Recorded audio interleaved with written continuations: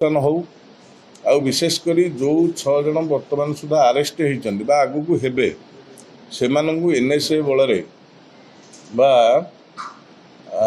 National security act ବଳରେ ସେମାନଙ୍କୁ ଗିରଫ କରାଯାଉ। ଯଦି ଗିରଫ କରାଯାଇଛି ଏହି ଆଇନ ତାଙ୍କ ପାଇଁ ଲଗାଯାଉ, ଫଳରେ ଏଇଟା ଗୋଟେ ଏକ୍ଜାମ୍ପଲାରୀ ଆକ୍ସନ୍ ହେବ।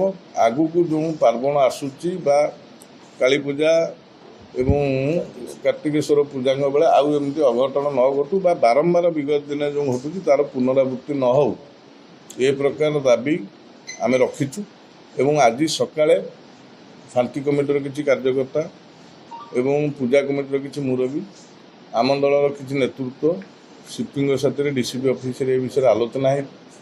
ଯେଉଁ ମୁଖ୍ୟ ଦାବି ରହିଛି, ଏ ଘଟଣା ପ୍ରଚ୍ଛଦ ପଟରେ ଯେଉଁ ବିଷୟ ରହିଛି ସେ ବିଷୟରେ ଆମେ ତାଙ୍କୁ ଅବଗତ କରିଛୁ ଏବଂ ସିଏ ଦେଇଥିବା ଜବାବ ମୁତାବକ କାର୍ଯ୍ୟାନୁଷ୍ଠାନ ଦ୍ରୁତଗତିରେ ଗ୍ରହଣ କରୁଛନ୍ତି। ବର୍ତ୍ତମାନ ଭସାଣୀ ଦୃଷ୍ଟିରୁ ଯେଉଁ ସବୁ CC କ୍ୟାମେରା ଲାଗିଥିଲା ତା'ର ଚେକଅପ୍ ହେଉଛି ଏବଂ ସେ ଅନୁସାରେ ଆରେଷ୍ଟର ସଂଖ୍ୟା, ଗିରଫର ସଂଖ୍ୟା ବୃଦ୍ଧି ପାଇବ। ଏବଂ ଆମର ଡିମାଣ୍ଡ ଏଇଠି ଏ କଥାର ପୂର୍ଣ୍ଣଚ୍ଛେଦ ଘଟୁ, ବାରମ୍ବାର ପୁନରାବୃତ୍ତି ନ ହେଉ।